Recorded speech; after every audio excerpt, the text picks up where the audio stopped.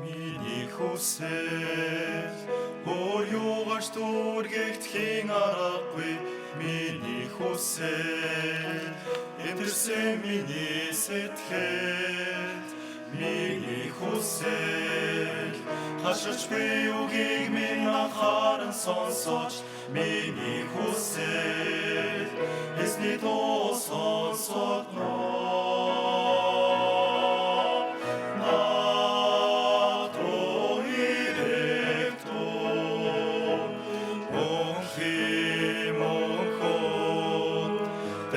Хээцээ сонгохгүй над руу ирэх тун ойртох тун амийн усны ундраг болох эзэн.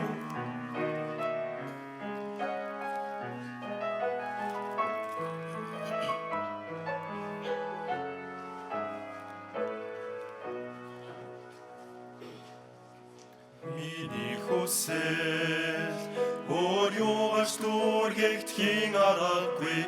Миний хүсэл эдэрсэн миний сэтгэл. Миний хүсэл хашиж би үгийг минь анхааран сонсож. Миний хүсэл эзний дуу сонсогдно.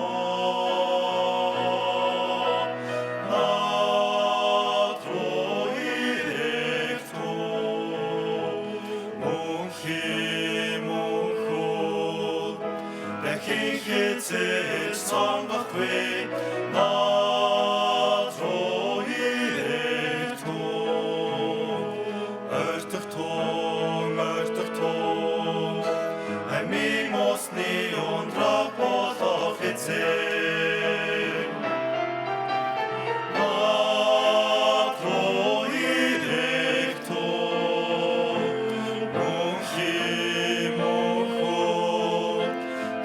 хээцээ сонгохгүй над руу ирэх тун ойртох тун амийн усны ундрагын хээцээ над руу ирэх тун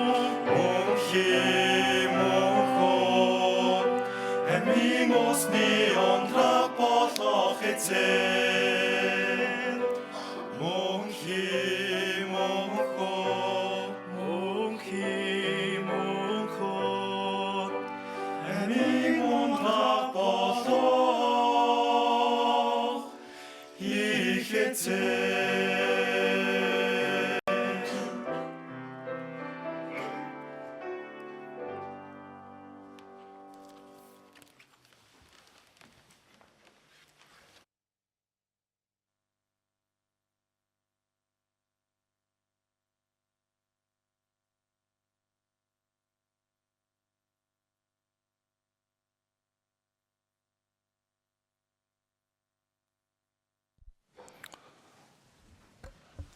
За сайн байцгаана уу.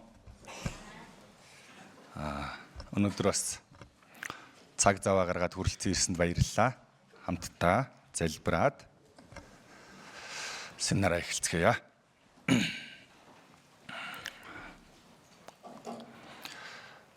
Тэнгэр газрыг бүтээсэн бүтээгч бурхан минь өнөөдөр та бид бүгдийн алхмыг удирдах өгөөд бурхан таны тухай сонсох боломжийг өгсөнд баярлалаа. Өнөөдөр хүн төрөлхтний түүхэн дунд оролцсон ажиллаж байдаг бурхан таны үйлсийг бид өхөн шалгаж бурхан таны талаар зөвөр мэдэж авахд тусалж өгнө үү. Бурханыг ирж хайсан сэтгэлээр сонсоод бурханы талаар тодорхой зөв мэдэж чадхаар туслаарай. Есүсийн нэрээр залбирлаа. Амен. За бүгдээрээ өчигдөр бурхан байдгүй гэсэн асуултын дагуу үнэхээр бүтээгч бурхан байгаа гэдэг олон баримт нотлохоог шалгаж үтсэн. За өнөөдөр бүгдээрээ юуны талаар сурах вэ гэхээр бурхан ямар нэгэн бэ? энэ талаар хамтдаа сурах болно. За Библийн дуулал 103-ийн 19-ийг хамтдаа уншицгаая. Эзэн Синтигээ тэнгэр залсан бөгөөд түүний хаанчлал бүхнийг захирддаг. Энэ Синти гэдэг үг нь ямар нэг улсын хааны талаар ярихдаа ярьдаг үг. За тэгвэл энэ бүтээгч эзэн бурхан Синтигээ хаан залсан бэ гэхээр тэнгэрт залсан гэж байгаа. Тэнгэрт өндөр газар бурханы Синти байгаа. Тэгээд түүний хаанчлал бүхнийг захирдгаа гэсэн байгаа. Юу гэсэн үг вэ гэхээр бурхан тэнгэр газрын хүн төрлөختнийг бүтээгээд хүн төрлөختний түүхэнд оролцдог гэсэн үг. Мөн яаж захирдаг вэ гэхээр дуулал 89:14 дээр зөв шудраг ба шудраг ёс нь таны Синтийн суур юм, инэрл хайр ба үнэн таны өмнө явдгаа гэсэн байна. За нэг улсын хаан улсаа захирахдаа өөрийн дураараа хамаа намаагүй захирахгүй тодорхой хууль дүрмийн дагуу захирдаг шиг бурхан хүн төрлөختнийг захирахдаа шудраг ёс, инэрл хайраар захирдгаа гэсэн байна. За одоо Чингис хааны хөшөө байна тийм биз? Чингисийн талбайн хоймор өндөр хэсэгт байрласан байгаа.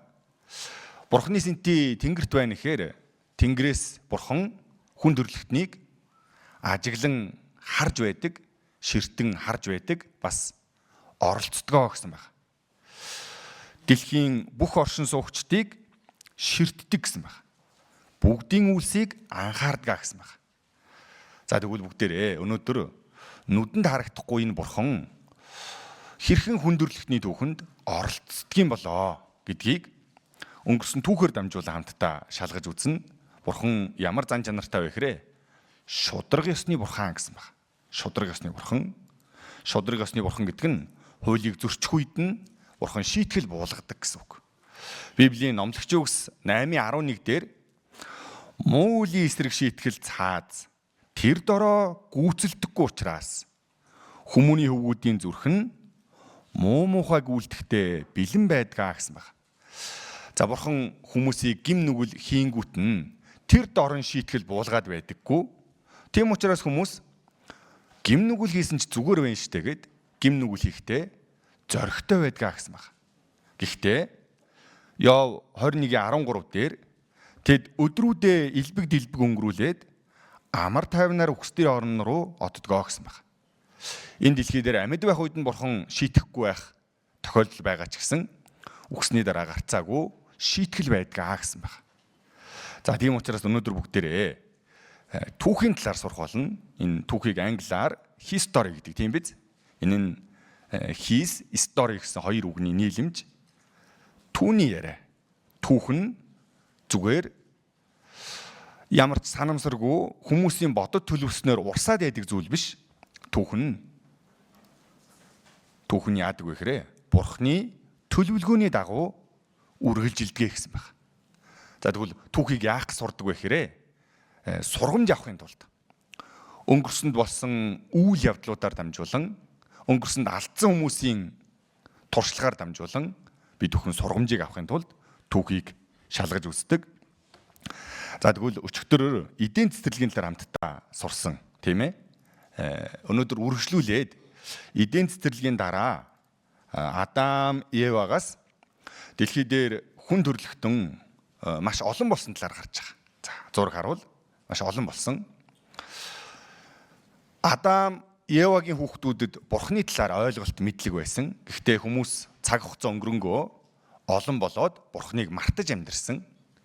За тэр үед Библийн Эхлэл 6-гийн 5 дээрээс харвал эзэн дэлхий дээрх хүмүүсийн хорлонт муу үлэмж их бас зүрхнийх нь хамаг бодол санаархал ямагт муу муухай болсныг хараад гэж гарч байгаа.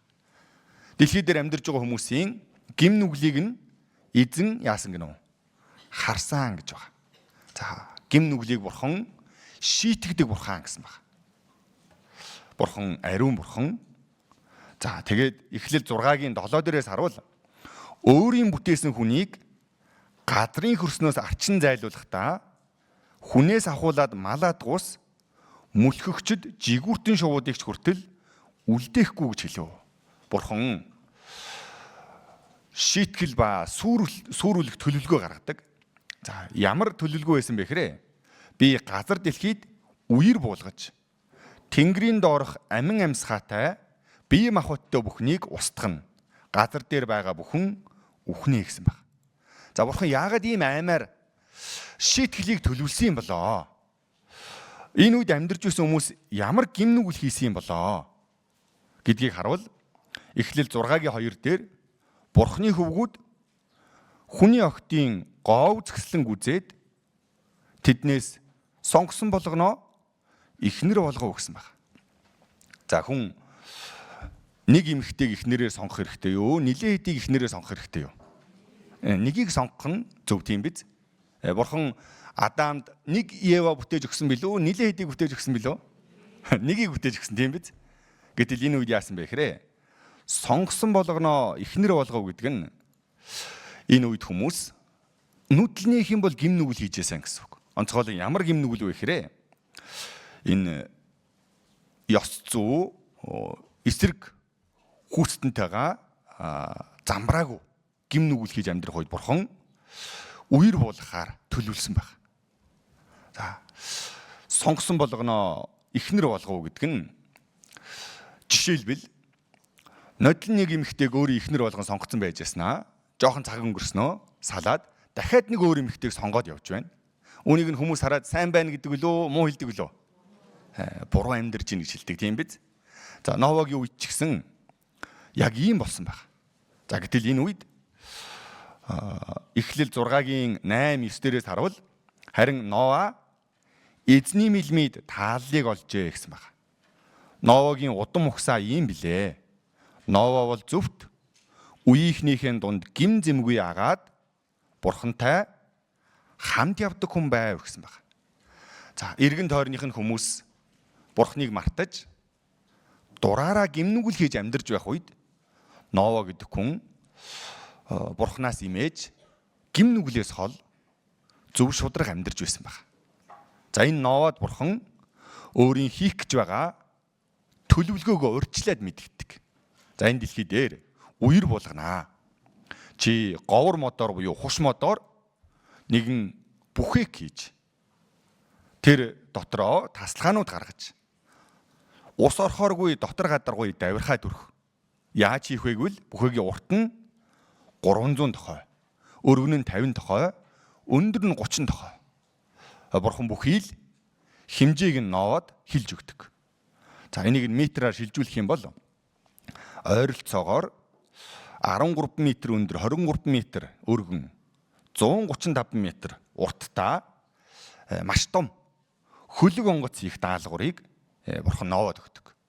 Баримжаал бол 522 чингэлэг багтагчны маш том хөлөг онгоцыг хий гэдэг даалгаврыг бурхан Новад өгсөн. За Нова бурханы өгсөн зураг төслийн дагуу ном ёсоор нь хийдэг. Давирхаад үргэсэн мөн тасалгаанууд гаргадаг.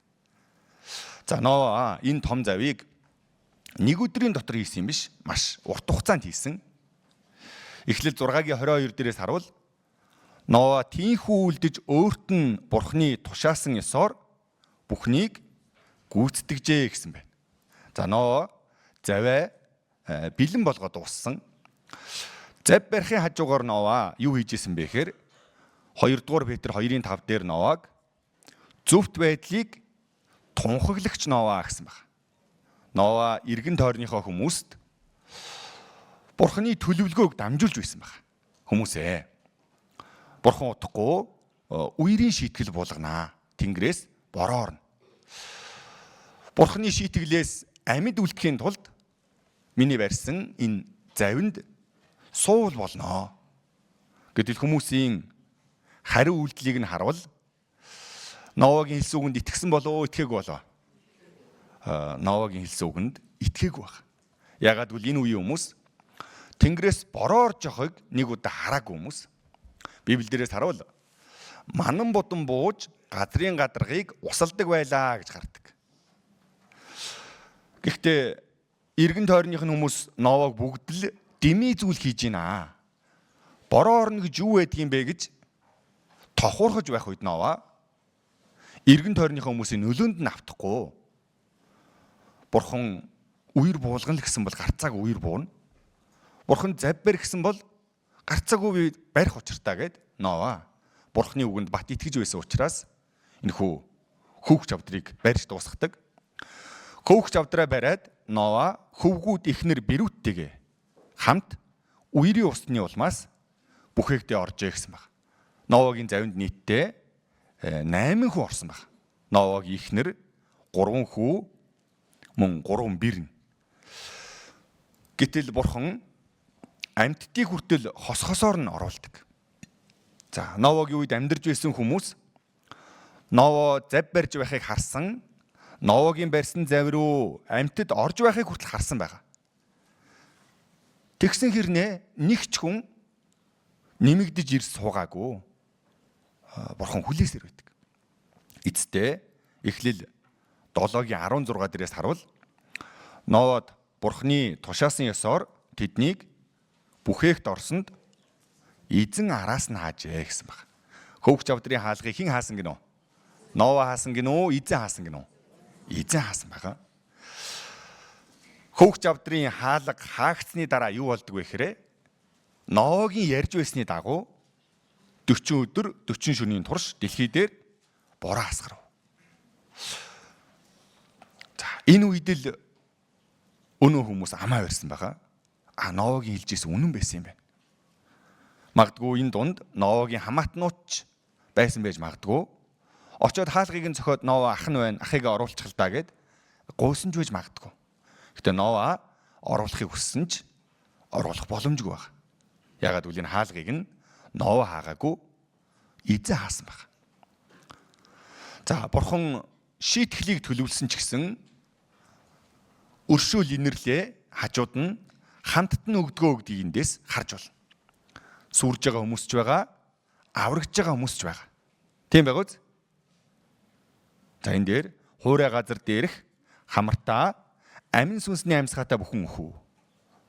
Бурханы үгэнд итгээгүй авралын боломжийг үл тоосон хүмүүс нь бүгдээрээ живж өгч байсан. Харин Бурханы үгэнд итгээд завинд суусан Новагийн гэр бүлийнхэн амар амгалан аврал дотор байсан байгаа. За, энэ үйл явдлыг бүгдээрээ бичлэгнээс үзье.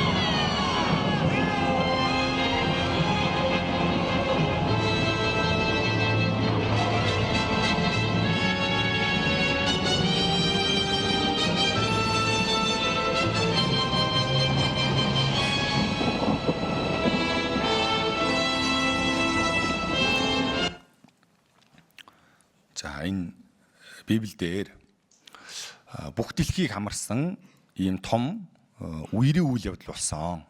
Энэ үерээр Ноагийн гэр бүлийн 8 хүн амьд үлдсэн талаар түүх Библиэлд бичигдсэн байгаа. За тэгвэл энэ Ноагийн их үер нь зүгээр зохиомл яриа юм болов уу?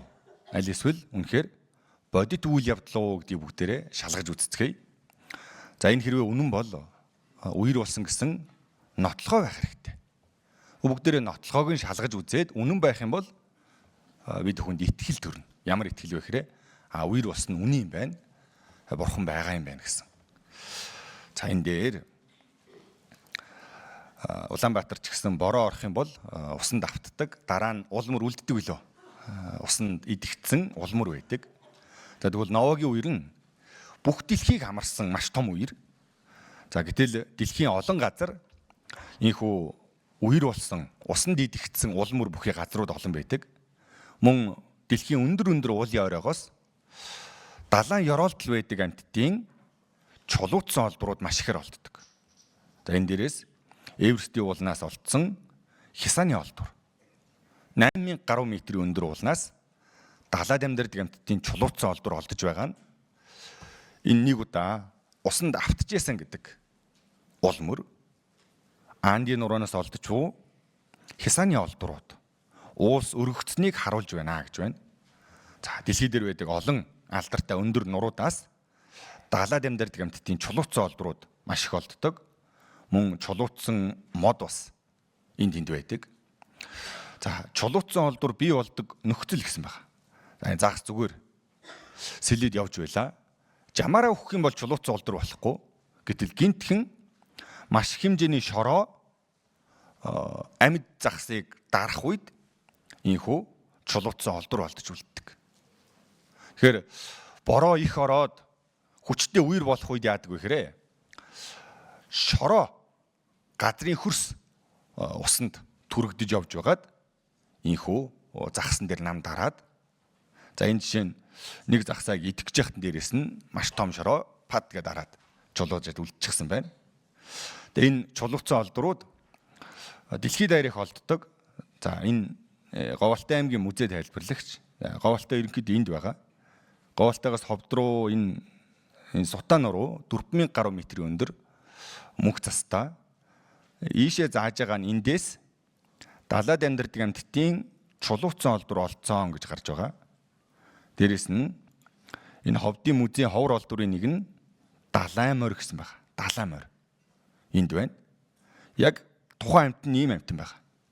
Гэтэл Монгол улс далайгаас маш алслагдсан газар. Гэтэл далайд амьдардаг далайн морины чулуутсан олбор хаанаас олж байгаа вэ гэхээр Ховд аймгаас. Энэ нь Монголын газар нутагч гэсэн Ноагийн үед нэг удаа усаар бүрхэгцэн гэдгийг хэлж байгаа. За сүүлийн үед Монгол улс эдийн засгаа аялал жуулчлалаасаа нэмэхийн тулд энэ Go Mongolia гэдэг хөтөлбөр хэрэгжүүлж байгаа. Энэ Go гэдэг үг Орсын улсын нэр нь Монгол улс байна. Өөрөөр Монгол руу явцгаая гэсэн. Монголд очиод юу үзэх юм бэ? Энэ Өмнө Говь аймгийн 3 тэс сумд байдаг Хэрмэн цав. За гэтэл энэ Хэрмэн цавын талаар бүгдээрээ харуул. Энэ далайн ёроолын лаг шаврын давхарга байсан гэж гарч байгаа. Усанд идэгцэн улмөр байна. Мөн Дунд Говь аймгийн Үлзийт суманд байдаг цагаан сувраг. Та бүхэн сонсч байсан байх. Энэ байна. Цагаан сувраг. Гэтэл энэ дээрээс харуул эрт цагийн далайн ёроолын шаварлаг хурдас дээр үед далайн ёроол байсан гэдэг зүйлийг бичсэн байна. Өөрөөр үер болсон гэсэн улмөр маш олон байгаа. Дээрээс нь энэ бичлэгэн дээрээс үзвэл юу бэ? Үерийг нотлох баттай нотлохоо бол та бүхний харж буй энэхүү шулуун судлууд газрын давхарга юм. Зүсчихсэн мэд тэгш талбай, урт хугацааны турш ил шороо хуримтлагцаар энэхүү давхаргыг үүсгэсэн гэдгийг бид заалгасан. Гэхдээ тун сони юм. Ийм урт зузаан давхаргууд асар урт хугацааны явцад үүссэнгийн хатлаа нурсан элэгцэн шинж аль ч хэсэгт байхгүй байна. Эдгээр давхарга хэдэн зуун километр үргэлжлэх хатлаа жигтгэн тэгшхэн байна. Энэ бол хэдэн зуун сая жилийн хугацаанд аль ч хэсэгт нь нуралт, суулт үүсээгүй гэсэн үг. Гэтэл ийм тогтц агаар мандалгүй өөр гариг дээр л үүсэх боломжтой. Тэгэхээр өдийг хүртэл сурсан хувьслын онолыг үнэн болгохын тулд лавшруулж судлах чинээгээр мэдлэг бус итгэл шаардагдаж байна. Харин суурьлын онолын хувьд газрын давхаргууд маш богино хугацаанд хуримтлагдан тогтсон гэж үздэг. Чөлөөт уналтын туршилт. Янз бүрийн хэлбэр дүрс хэмжээтэй шороог асгах туршилтыг явуулж үзтэл сонирхолтой нь төстэй бүтцээрээ ялгарч давхраг үүсгэж байна. Бүтцээр нь ялгалгүй нэг дор асгасан атлаа төстэй чанараараа нийлэн давхаргуулж энхүү давтагдсан олон давхаргыг үүсгэж байна.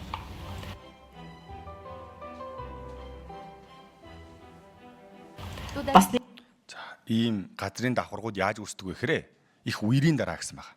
За энэ тэнд ийм тогтцтой уулууд маш олон байдаг. Яг л энэ юу лээ? Тирамису.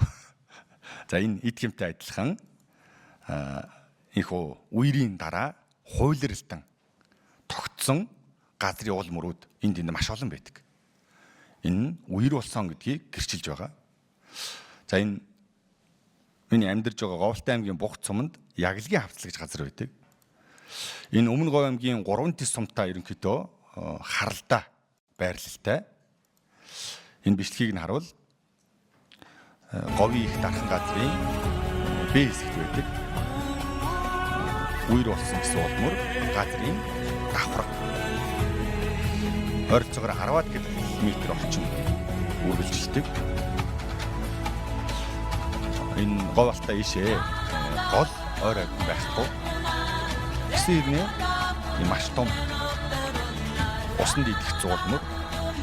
Бичлэгэн дээр ингэж харагдаж байгаа ч гэсэн хажууд нь очих юм бол 10-20 давхар байшингаас ч өндөр тийм том. Би ч гэсэн 2020 оны 12 сарын 5-нд чуулганыхаа аавуудыг дагуулад энэ дунд итгэдэггүй аавч гэсэн байгаа. Энийг очиод хараа. Бодит төр үер болсон Говь алтаач ч гэсэн ийм тогтож байгаа үстэй харуулад ирсэн. Ингээ үргэлжлэх юм бол усанд идэгдсэн ийм маш том ул мөр байна. Тэгэхээр Монголын газар нутгаас ч гэсэн иймэрхүү үер болсон гэдэг баттай нотлогоо бараг бүхий л аймагт байгаа. За дээрэс нь энэ үер болсон гэдэг хамгийн баттай нотлохоо юу вэ гэхээр Эхлэл 8-ийн 3-4-ийг нь уншийе. Ус газар дэлхийгээс татарсаар 150 хоног болоод багасжээ. 7 дугаар сарын 17-ны өдөр бүхээг Арарат уулан дээр тогтов. Үерийн дараа ус татарсаар Новогийн бүхээг Арарат уулан дээр тогтсон гэж байна. За тэгвэл энэ Арарат уулан хаана байдаг бол вэ гэхээр 5137 м өндөр Турк Армени хилийн заг дээр байдаг. Их Арарат, Бага Арарат гэсэн юм хоёр оргилтой. За ийм уул байна. За хэрвээ энэ үерийн үйл явдал үнэн бол энэ уулан дээр гарцаагүй зав байх ёстой. Гэтэл энэ сэтгүүл дээр Арарат уулан дах юу гэнэ? Хөлөг онгоц гэсэн байна. Араратын нууц гэсэн байна. Мөн 2022 онд Монгол улсын Гавьяа тамирчин уулчин өсгөө баяр тэргүүтээ уулчид Арарат уулын оргилд гарахаар мордов гэсэн байна. Мөн энэ дээрээс харуул Эртний Библийн номонд гардаг Новогийн зав байдаг Урартуу уул нь одоогийн Арарат уул мөн бөгөөд үүгээрээ Библи үнэн болохыг баталдаг бас нэгэн баталгаа юм. Тиймээс Арарат уулыг Библийн уулч гэж нэрлэдэг гэсэн байна. Ийхүү Арарат уулын оргилд нь гарсан. Энэ хүн Баянгор аймгийн хүн, зохиолч, нийтлэлч, яруу найрагч Аюур Занугай энэ багт нь явсан. Хамтдаа энэ хүний яриаг бас сонсъё. Багийнхан яг одоо Кавказын алдарт бол Араратын бараа харагдах газар ирээд. Одоо Арарат бол маань тэр оройн бодраад ингээд ерөнхийдөө өнөөдөр жоохон униартай нэг тэмч цэлмэг биш.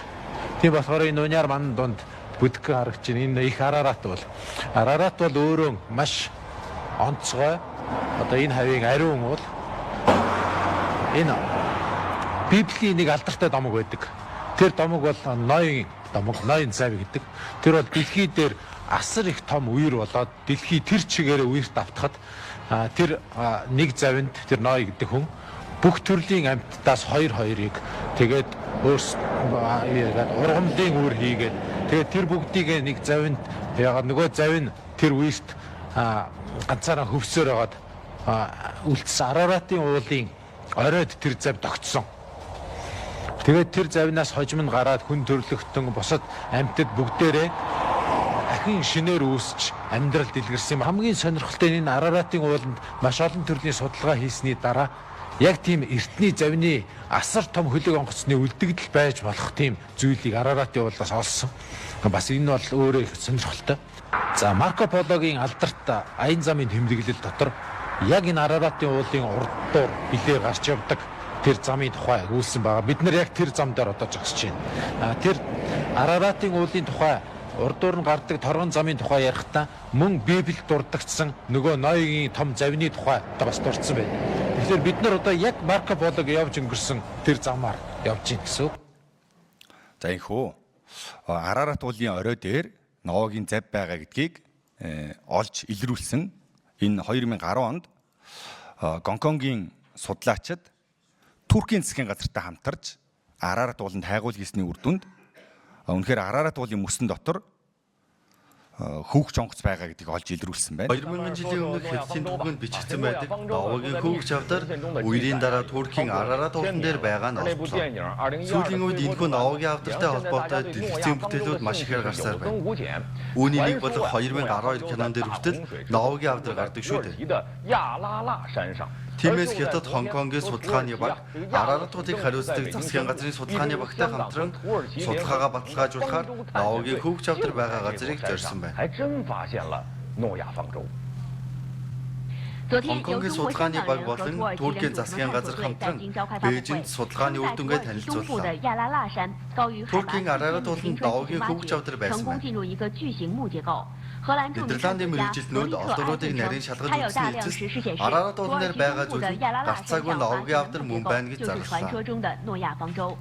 Би 35 жилийн турш Ноёгийн авдрыг судалж байна.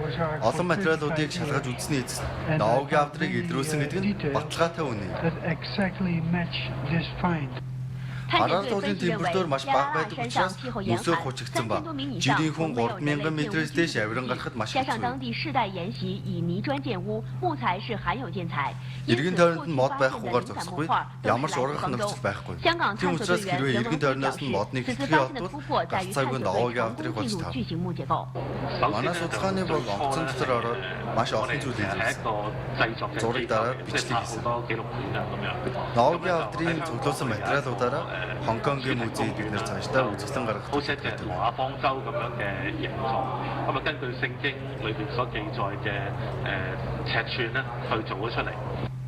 Энэ удаагийн судалгааны үр дүнгээр түүхэнд бичигдсэн байдаг Ноёгийн авдар үнэн гэдэг нь батлагдлаа.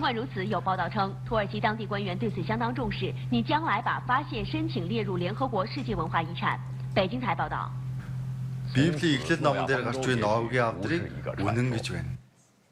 За тэгэхээр Ноёгийн үерийн үйл явдалтай холбоотой материалууд маш олон байгаа. Энд залуучууд оюутнууд их байх шиг байна. Магадгүй өнөө өрөө гэртээ очиод англиар Ноах Арк гэж хайгаад үзэх юм бол бүр олон материалууд гарч ирнэ. Үнэхээр ийм үер болжээ. Үерийн дараа Ноёгийн хөвгч авдар Арарат ууланд тогтсон гэдэг нь үнэн байна. За бас үертэй холбоотой Библийн Эхлэл 7-гийн 11 дээрээс харуул Ноог 600 настай байхад үер болсон гэж гардаг. Тэгээ энийг харах юм бол хүмүүс хүн яа 600 наслна гэж вэ? Итгэхий аргагүй санагддаг. Тэгээ Эхлэл 1:7 дээр Бурхан Тэнгэр газрыг бүтээхдээ огторгуйн дээрх уснаас огторгуйн доорх усыг салгасан гэж гарч байгаа. За огторгуйн доорх ус нь далаад ингэсэн усыг хэлж байна. Тэгвэл энэ дэлхийг бүтээхдээ Бурхан огторгуйн дээрх устаа бүтээсэн байна. Өөрөөр агаар мандал дээр усан бүрхүүл байсан. За энэ усан бүрхүүл нь Ноёгийн үерийн үед 40 өдөр 40 шөнө бороо болон орсон. Тэгвэл Ноёгийн үерийн өмнө уур амьсгал одоогийнхоос шал өөр байсан гэдгийг хэлж байгаа. Энэхүү Азоны давхаргын дотор талаар усан давхаргатай байсан байна. Үерийн дараа энэ усан давхарга байхгүй болчихсон. Тийм учраас үерийн өмнө ямар байсан бэ гэхээр хүлэмжийн цаг агаартай буюу эрс дэс уур амьсгал байхгүй, хитрхи халуунч биш, хитрхи хүүтэнч биш. Хүн амьдрахад үнэхээр тохиромжтой тийм сайхан уур амьсгалтай байсан. Мөн нарнаас ирдэг хит ягаан туяа, эрентгийн туяа, гамма туяа, хүний биеинд хортой туяанууд энэхүү усан бүрхүүлэнд шүүгдээд дэлхий рүү орж ирдэггүй байсан учраас үерийн өмнө хүмүүсийн наслалт нь маш өндөр байсан байна. Мөн хүний хөгшрөлтөнд хамгийн их нөлөө үзүүлдэг зүйл юу вэ? Судлаад үзсэн чинь энэ жолооч уг нь 66 настай, гэтэл зүүн талын хатар нь 86 настай хүнийх шиг илүү их хөгшөрсөн байгаа. Ягаад вэ гэхээр нарны нөлөөнд илүү их өртдөг зүүн талын хатар нь төрүүлээд хөгшөрсөн байгаа. За энэ 92 настай хүн. Гэхдээ нарны цэсийг гамнаад юм уу хүзүүндээ түрхээгүй байгаа. За гэсэл хүзүүнийх нь арьс нилээн наранд өвчлцэн гайгүй байгаа. Одоо ч гэсэн 100 юм хийж байгаа хүмүүсийг харах юм бол нарнаас нүрээ маш их хамгаалдаг тийм биз? Нар тэр чинийгэр хортоо мөн хуурай газрын амьтдаас далайн ёроолд байдаг амьтад илүү урт насалдаг байна. Яагаад вэ гэхээр нарны хортоо нөлөөний шууд тусгалаас ангид далайн ёроолд байгаа учраас. Үерийн өмнө 900 гаруй насалдаг байсан бол үерийн дараа наслалт огцмоор буурсан. Багуугаар энэ дэлхий амьдрахад зарим газар нь хитрхи халуун, зарим газар нь хитрхи хүүтэн. Ийм эрс дэс уур амьсгал болсон. За үерийн дараа тэрээр далайн усыг овоо адил хамтд нь цуглуулдаг гэсэн байна. Усыг яаж овоо шиг цуглуулах вэ? Хөлдөөчих юм бол болно тийм биз дээ.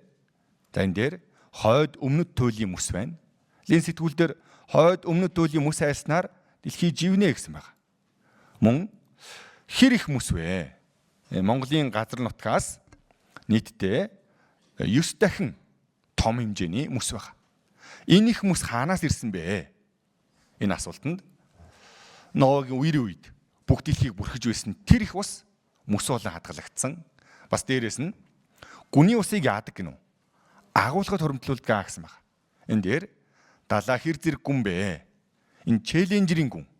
Энэ дээрээс харуул 11,300 метрийн гүн далайн ёроолууд байна. Энэ хавийн энэ челленжерийн тэнгис гүн. Гүн хонхрууд маш их байдаг байна. Бурхан үерийн дараа салхилуулад зарим хэсгийг нь гүн агуулхад зарим хэсгийг нь мөс болгоод хадгалчихсан байна. За энэ мэтлэн Ноагийн үер болсон үнэн гэсэн баримт нотлохоонууд үнэхээр олон байна. За тэгвэл үер болсон биднэрт ямар хамаатай юм болоо? Хамтдаа 2 дугаар Петр 3-ын 6-7-г уншийе. Тэр үеийн дэлхий усан галавт автан устгагдсан аж. Харин өнөөгийн тэнгэр ба газар түүний үгээр байгаа бөгөөд галд зориулагдсан оршиж улмаар шүүлтийн өдөр ба итгэл сүсэхгүй хүмүүсийн сүрлийн төлөө хадгалагдж байна. За дээр үед Ноагийн үер болсон үнэн гинэ. Тэр үерийн сургамж юу юм болоо? За үер болсон шалтгаан нь гим нүглэр дүүрх үед нь бурхан үерийн шийтгэл буулгасан гэж хэлсэн. Гэхдээ бурхан аврагт гаргыг хамтд нь өгсөн үү өгөөгүй юу? Гарцаагүй аврагт гаргыг өгсөн тийм үстэй. Хинч бай энэ завь руу ороод суухал юм бол аврагдаж болох байсан. За гэтэл настай хүмүүс ч гэсэн ярьдаг. Дээр үед усан галав юу илжсэн гинлээ. Ирээдүйд галан галав юу илхийн гинлээ. Библиэлд тэр үгийг хэлж байгаа. Бидний амьдарч байгаа цаг үед ирээдүйд галан галав юу илэх болно гэсэн байна. Шалтгаан нь юу вэ гэхээр бидний амьдарч байгаа цаг үе нь Ноагийн үеэс ихтнүүлэхээс багтахааргүй их гим нүгэлтэй болчихсон тийм цаг үед амьдарч байгаа. За тэгвэл үер болсон үнэн бол энэ галын шүлт болох нь үнэн болов худлаа болов? Гарцаагүй үнэн тийм үстэй. Энэ дээрээс хүн төрлөختөнд цөмийн дайнаас ганцхан алхмын зайтай байна гэсэн мэдээ гарсан байна. Энэ галын шүлт нь цөмийн зэвсгийн дайныг хэлж байгаа. Сергей Лавров дэлхийн 3 дугаар дайнд дэгдэх аюул бодтой гэсэн байна. Жо Байден цөмийн аюул түүхэн дээд хэмжээндээ хүрлээ гэсэн мэдээ, иймэрхүү төрлийн мэдээ маш их гарсаар байгаа. Энэ дээр цөмийн зэвсэг эзэмшиж буй улс орнууд 2012 оны судалгаагаар байгаа. Тэгээ одоо улам бүр ихсээр байгаа. Өөрөөр хэлбэл одоо хүн төрлөختөн энэ дэлхийг бүхэлдийн шатаах хэмжээний зэвсгийг аль хэдийн бэлтжигсэн байгаа гэсэн үг. За Библиэлд гарцаагүй цөмийн зэвсгийн дайн болох талаар маш олон үгнүүд гардаг. Захари 14:12 дээрээс харуул Иерусалимийн эсрэг тулалдах бүх ард түмнийг эзний цохих гайхамшиг нь ийм байна. Тэд хөл дээрээ зогссоор атал бие махбод нь ялзарч ухрахада нүднүүд нь бэж амандаа хилэн өмхирнө гэсэн байна. Хөл дээрээ зогсож явахт гэж байгаа. Энэ туршилт хийсэн байгаа. Хүн цөмийн зэвсэг дэлбэрэх юм бол ийм болно гэсэн байна. Зефания 1-ийн 2-оос 3 дээрээс харуул би газрын гадаргаас бүх зүйлийг бүрэн арчих болно гэж эзэн тунхаглаж байна. Би хүн ба амьтныг бүрэн арчих болно. Би тэнгэрийн шувуудыг, далайн загснуудыг, Новагийн үед далайн загс амьд үлдсэн тийм биз? Тэгээ энэ төгсгөлийн цөмийн зэвсгийн дайнаар далайн загснуудыг, балгасуудыг гин бурууттай хамт бүрэн арчна. Би газрын гадаргаас хүнийг таслана гэж эзэн тунхаглаж байна гэсэн байна. Библиэлд ийм зөвгөнлийн үг бичээтэй байгаа. За тэгвэл энэ ямар хамаатай вэ гэхээр Амос 3-ын 7-ыг хамтдаа уншийе. Зарцнаар иш үзүүлэгчтэй нууцаа илчлэлгүйгээр эзэн бурхан үнэхээр юуч хийхгүй. Бурханы ажиллаа хийдэг зарчим байгаа. Бурхан хийх гэж байгаа ажлаа гарцаагүй төрүүлээд зарцнаар иш үзүүлэгчдэрээ дамжуулаад мэдэгддэг байгаа. За, үер буухын өмнө бурхан Ноогоор дамжуулан анхааруулсан байгаа. Үер буунаа. Үерээс аврагдахын тулд завинд суул аврагдаж болно гэж урьдчилж хэлж байгаа нь хүмүүсийг айлах гэсэндээ биш, хүмүүсийг хайрласандаа, хүмүүсийг аврагдаасаа гэсэндээ бурхан ийхүү урьдчилан анхааруулдаг. За тэгвэл бодоод үзье. Ноагийн үед аврагт харга байсан болоо. Энэ цөмийн дайны сүрлээс аврагт харга байгаа болов уу, байхгүй болов? Гарцаагүй байгаа. Түүнийг нь Есүс Христ гэсэн байна. За тэгвэл бүгдээрээ нэг зүйлийг бодож үзье. Би ч гэсэн энэ агуулгыг анх сонсонгоо юу гэж бодож ирсэн бэ гэхээр үгүй Ноагийн үеийн энэ хүмүүс яагаад суугаагүй юм болоо? Энэ хүмүүсийг ямар зав бариадах гэсэн үү? Зав барих хэлээгүй тийм биз? Зүгээр ийшээ суучвал амьд үлднэ гэж хэлсэн. Би байсан бол яах байсан болоо? Юмыг яаж мэдгүй ороо суучихгээд суух байсан гэсэн сэтгэл төрдөг. Та бүхэн яах вэ? Суухаас авахгүй юу? Суун тийм биз дээ. Сүрхгүй бол буцаал гарч ирэл амьдрчин. Тэгээ Библиэлд энэ хүмүүсийн яагаад суугаагүй шалтгааныг нь хэлсэн байна. Хамтдаа уншийе. Үерийн өмнөх өдрүүдэд буюу Ноаг хөвгч онгоцонд орох өдөр хүртэл тэд идэж ууж гэрлэж нөхөрт гарцгааж байлаа. Үер бууж бүгдийг хаман одох хүртэл тэд мэдээгүй юм. Хүний хүүгийн залрал ийм байх болно. Энэ хүмүүс зав бэлэн байхад яагаад суугаагүй? Эцдээ живж өгсөн юм болоо гэхээр энэ хүмүүсийн бодож байсан зүйл, анхаарч байсан зүйл нь юу вэ гэхээр идэж ууж, гэрлэж нөхөрт гарч, худалдан авч, тариалж, барьж байгуулахыг л бодож байсан гэсэн үг. Өөрөөр яавал энэ ертөнцийн их мөнгө олоод хангалуун сайхан амьдрах уу? Зөвхөн түүнийг л бодож байсан гэсэн үг. Өөрөөр энэ хүмүүс Бурхны талаар, Бурхны үгийн талаар анхаарлаа хандуулаагүй гэсэн үг. За, Ноа гэдэг хүн гарцаагүй хэлсэн. Гэтэл энэ үед хүмүүс үерийн үеэр хүмүүсийн хамгийн их хэлсэн үг юу вэ? Арай тийхгүй илгүү дээ. Арайч тийм болохгүй илгүү дээ. Эцтэй энэ хүмүүс юунаас олж өгсөн бэ гэхээр тоомжиргүй хинэггүй зангаасаа болоод үг дээр өгсөн байгаа. Энэ Нобелийн инх тайвны шагналт Эли Визел гэдэг хүн хайрын эсрэг тал нь үзэн ядалт биш. Хайхрамжгүй байдал гэсэн байна. Итгэлийн эсрэг тал нь тэрс үзэл биш. Бас л хайхрамжгүй байдал. Амьдралын эсрэг тал нь үхэл бис башил хайхрамжгүй байдал. Хүмүүс хайхрамжгүй байдлаас болж өгдөг. Хайхрамжгүй хинэггүй байдал бол бүх муугийн их усүр гэсэн байна. Энэ үнэн бодлоо юу? Үнэн тийм биз? Семинар хийгээд үтсэх юм бол эсэргээрээ би наатах чинь итгэж чадахгүй байна гэж байгаа хүнтэй жоохон уулзаа зууралдах юм бол учрыг нь олоод итгээд аврагддаг. Тэгээ хамгийн давчтмаар хүн ямар хүн бэ гэхээр үнэн байсан ч над ямар амаа байх уу? Худлаа байсан ч над ямар амаа байх уу гэсэн янзтай хайхрамжгүй байр байдал. Гарцаагүй Исая 5:12-ыг хамтдаа уншийе. Тэдний найр нь лир босоо ятаг хингэрэг лимб дарсаар хөгжинэ. Гэвч тэд эзний үйлсийг үл анхаарч Мутрынх нь ажлыгч тунгааж ис бодноо. Энэ дээр эзний үйлсийг үл анхаарч гисэн байгаа. Бид бүхэн одоо Бурхны хийсэн ажлыг шалгаж үзэж байна. Нэр үер болсон юм байна. Аврагт гарахыг Бурхан өгсөн юм байна. Бидний амьдарч байгаа дэлхийн эцэстээ цүмийн зэвсгийн дайн галан шүүлт рүү явсаар байгаа юм байна. Би ч гэсэн тэр сүрж байгаа автобусын дотор хамт суучихсан явж байгаа юм байна. Тэндээс аврагт гарах байна гинүү. Бидний анхаарлаа хандуулах ёстой зүйл мөн үү биш үү? Гарцаагүй бидний анхаарлаа хандуулах ёстой зүйл мөн байгаа. Дуул 28-ын 5 дээрээс харуул сүрд хүмүүсийг хэлсэн байгаа. Тэд эзний үйл хэрэгүүд хийгээд гарынх нь бүтээлүүдийг ойшоодөггүй тул тэр тэднийг устгана. Тэднийг дахин босгохгүй гэсэн байна. Тэгэхээр энэ Библийг сураад Бурхны талаар сонсохдоо анхаарлаа хандуулаад энэ нэр яг үнэн байна уу, худлаа байна уу? Дээрээс нь энэ надтай ер нь хамаатай байна уу, хамаагүй байна уу гэдгийг нь бодоо сонсох хэрэгтэй. Үгүй бид бүхэндээ хамаатай юу, хамаагүй юу? Хамаатай агуулга байгаа үстэй. Энэ дээр нэг цагуурын мэдээ уншдаг залуу юу гэж ярьж байгааг сонсъё.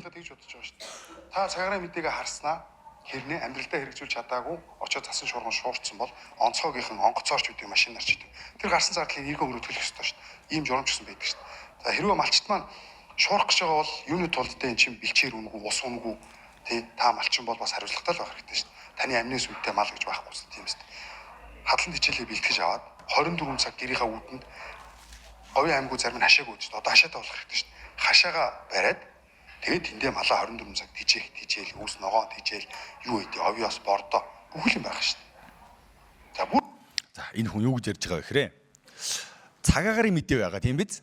Малчид, тээвэрчид, ард иргэдийн анхаарал тэгээд муухай ёнгонж байгаад тэр аймгийн нутгаар цасан болон шорон шуурх шуурнаа. Холын замд гаралгүй малаа хол бэлчээлгүй анхаарал сэрэмжтэй байгаараа гэж мэдээ гардаг. Тэгэх юм бол манайхны хинэггүй зан гайгүй байлгүйгээд гараад явдаг эцтэй. Тэр гайгүй байлгүй гэдэг хинэггүй зангаасаа болоод маш олон хүн амьэрсдэг талаар ярьж байгаа. За бид нэр Бурхны өмнө Библийг сурахтаа ч гэсэн адилхан. Надтай ямар хамаатай вэ? Гэтэ үнээс зайлсхийх арга нь юу юм болоо? За энэ нэг хүү морио голын дэрэгт хөтлөөд аваачж бол чадна. Гэхдээ усуулах хэсгийг морь өөрөө шийднэ. Тийм биз дээ? Морийг голын дэрэгт аваачж болох ч гэсэн ус уух уу үгүй юу гэдгийг нь морь өөрөө шийднэ.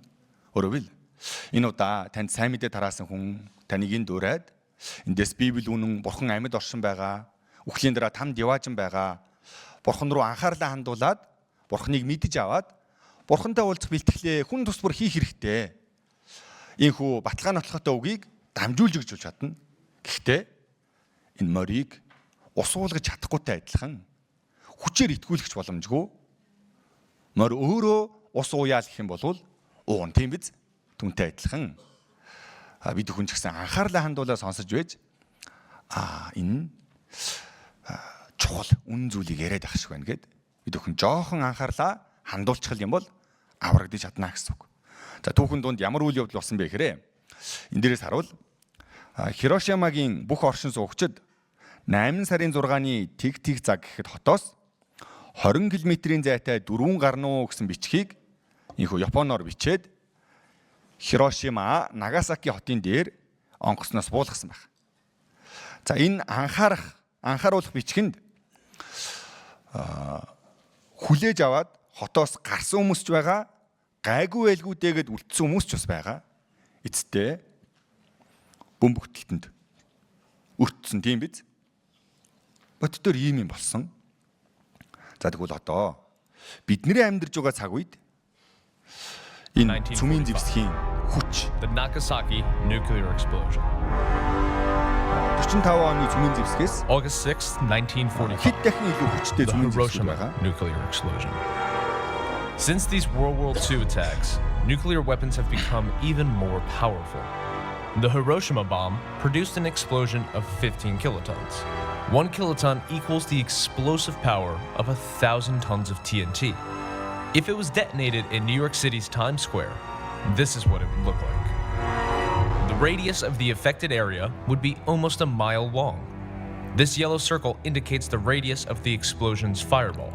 Within the red circle, fatalities are near 100%, and all concrete structures are damaged or demolished. Within the gray circle, most residential structures are destroyed, and there are massive injuries and fatalities. The orange circle indicates the area in which third-degree radiation burns occur. But the sheer destructive power of that explosion pales in comparison to the largest thermonuclear weapon currently in the United States arsenal, the B-83.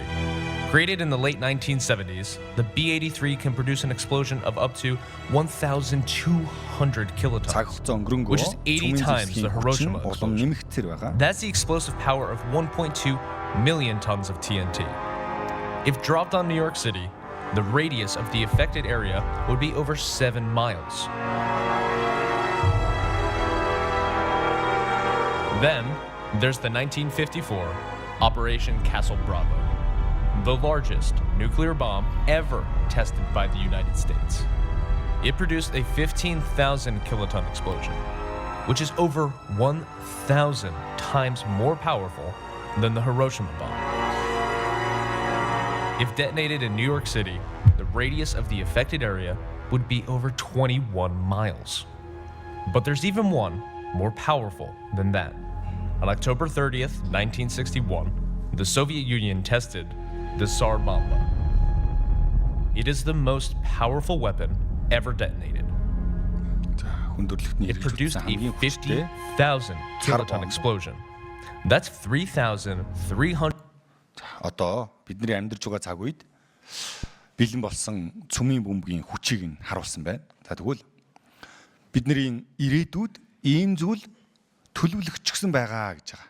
За тэгвэл яах ёстой юм болоо? Сургаалт төгс 27-гийн 12 дээр хэрсүүн гайг олж хараад нуугддаг атал гинэн хүн ухтан явсаар байгаад шангаа хүртдэгэ гэсэн байна.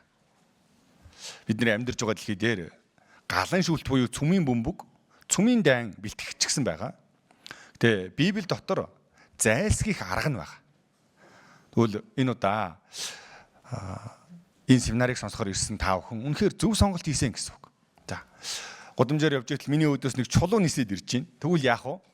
Өдөөс нь тухайн хөө зайлсхийх үү? Зайлсхийх юм тест.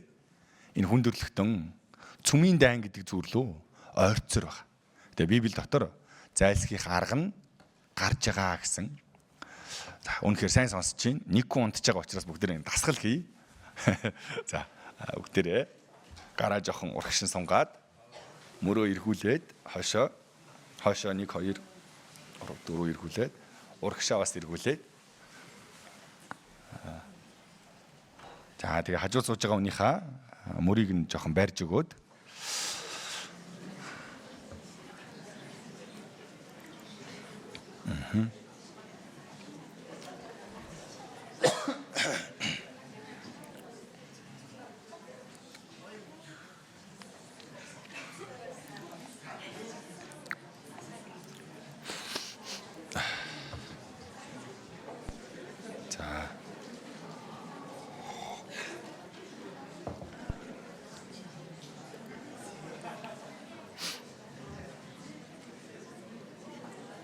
За, одоо бүгдээ нэг алга ташъя. За, 3 удаа алга ташцгаая. 1 2 3. За, одоо анхаарлаа хандуулж байгаад 2 удаа.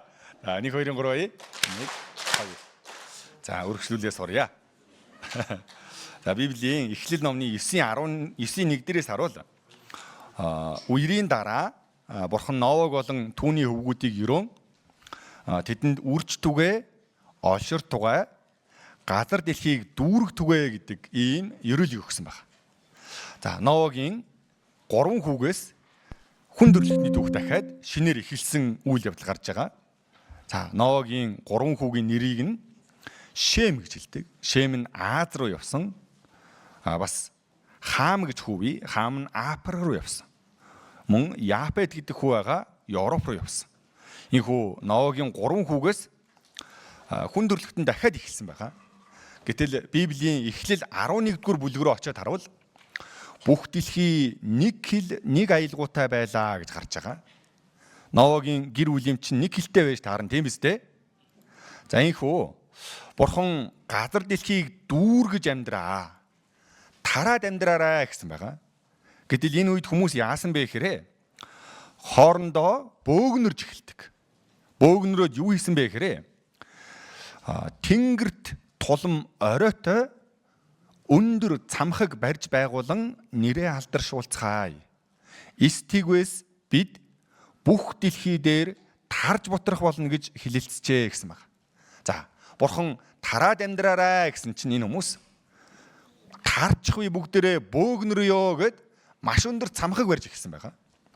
За, бурхан хүний хөвгүүдийн барьж байгуулсан хот ба цамхгийг үзэхээр бууж иржээ гэсэн байна. Бурхан тэнгэрээс гатар бууж ирсэн байна. Тэгээд юу гэж хэлсэн бэ гэхээр за, энэ хүмүүс бүгдээрээ нэг хилтэй, нэг үндэстэй юм байна. Цаашдаа энэ хүмүүсийн төлөвлөсөн хийхээр зорьсон бүхэнд боломжгүй зүйл үгүй болно.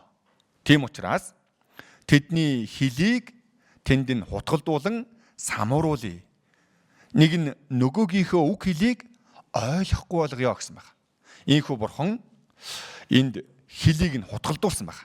Гэтэл юу гэж гарч байгаа вэ гэхээр тэгээд эзэн тэднийг тэндээс бүх дэлхийгээр нэг тараасанд тэд хот байгуулахаа яасан гэнэ үү? Зогсоожээ. Нэг нэгнийхээ хилийг ойлгохгүй хамт ажил хийж чадахгүй юу? Хамт ажил хийх аргагүй тийм биз? Ийхүү тараад явсан байгаа. Эзэн бүх газар дэлхийн хилийг хутгалдуулан самруулсан уг газрыг Бабел гэж нэрлэв. Эзэн тэднийг тэндээс бүх дэлхий даяар тараасан билээ гэж байна. Хүн дөрлөгтөн дахиад л бурханд дуулуургүй ээж эхэлсэн. Тэнгэр тулам өндөр оройтой цамхаг барьсан гэдэг нь бурханд бардамнан тэрсэлсэн гэсэн үг. Бурхан бууж ирээд хилийг нь хутгалдуулаад тараасан байна. Ийхүү энэ Бабел цамхгийн уршгаар хил соёл өөр маш олон үндэстэн ястнууд бий болсон. За, энэ замаараа ийхүү тарцгаасан байна.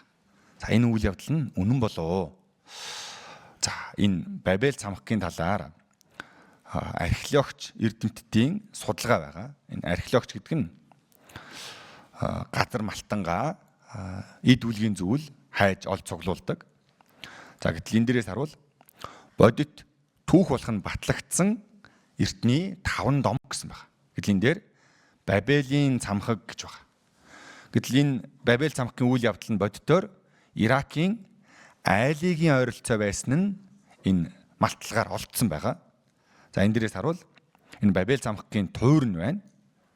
Бодитоор маш том суур бүхий суур цутгаад өндөр цамхаг барьж байсан талаар энэ дээрээс олдсон байна. За, энэ ч гэсэн Бабел цамхгийн нэг суур нь байна. Маш өргөн. Мөн Александр хаан Бабел цамхгийг дахин барих гэж оролдож байгаад хайжээ гэсэн байна. Энэ Бабел цамхаг нь бодитоор оршин байсан. Мөн дээрээс нь энэ номон дээрээс харуул даах энэ нийгмийн тухай мэдлэг гээд буянгийн номыг уншиж байсан байх тийм биз? Тэгээ энэ бүгд тэр уншиж байсан. Буянгийн номон дээр юу гэж гарч байгаа вэ гэхээр Библиэд үзснээр бол дэлхийн усан галвын их үерийн дараа Вавилонд тэнгэрд тулсан цамхаг барьж босхийг санаархан завдаж байсан хүмүүсийн шазруун нэхэл хатуу занд дургуйлхэж уур хилэн бадарсан бурхан тэдний хилийг өөрчилж сольсноор хүмүүс бие биенээ ойлгохоо болжээ гэсэн баг. Номон дээр хүртэл гарч байгаа биз дээ сурах бичгээр. Намын молор эрдэнэгүй яриаг сонсъё. Одоо манжинар юм шиг. Тэр чигээр одоо Амгалан Баатар, Амгалан гэдэг чинь улаастай энэ чинь дандаа манжгаралтай өнөд шүү дээ. Даа хүрэгийн даа гэдэг чинь том гэсэн юм явж байгаа шүү дээ. Хятад чинь даа гэдэг чинь тэгээ том юм. Тэгээ даа.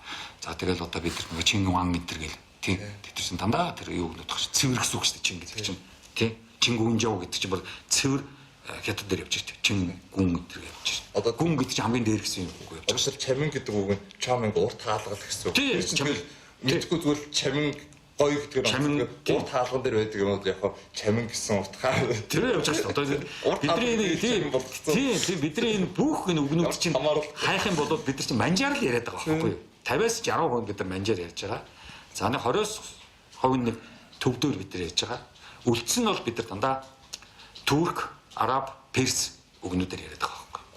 За энэ хүний сонсох юм бол 50-60% нь манжаар, 20-30% нь төвд энэтхэг, араб, турк, перс гэд хэрэглэгээ болцсон хэлээр ярьж байгаа. За дээрэс нь энэ хэлийг түүхэн үүсэл язгуураас нь шалтгаалаад одоо байгаа бүхий л хэлийг 3 бүлэгт хувааж байгаа. Энэтхэг, Европ язгуурын хэл, Урал Алтай язгуурын хэл, Хами Сами язгуурын хэл. Монгол хэл аль бүлэгт лээ? Урал Алтай язгуурын хэлний бүлэгт хамаарна. Мөн энэ аялгын төсөө гэдэг ном хэл судлаачид юу гэж хэлж байгаа вэ гэхээр хэл ухтаа нэг байжээ гэж байгаа. За энэ төстөө дуудагддаг үгнүүд зөндөө олон байгаа тийм биз? Бүхий л хэлэнд энэхүү хэл эцтэй нэг байж байгаад хутгалцсан талаар Библиэлд гарч байгаа. Дээрэс нь Новогийн үерийн дараа уур амьсгалын өөрчлөлттэй холбоотой нар их тусдаг газар нь хүмүүсийнх нь арьсна.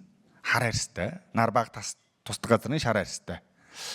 Ийхүү өөрчлөлтүүд бий болоод Новогийн үер ба Бабел цамхгийн үйл явдлын дараа энэ дэлхийн хэл соёл өөрөөр үндэстэн ястнууд бий болсон талаар Библиэлд дэлхийн хамгийн эртний түүхийн эхлэл гарч байгаа. Энэ дээрээс эхлээд нүүдлэж инхүү суурьсан байна.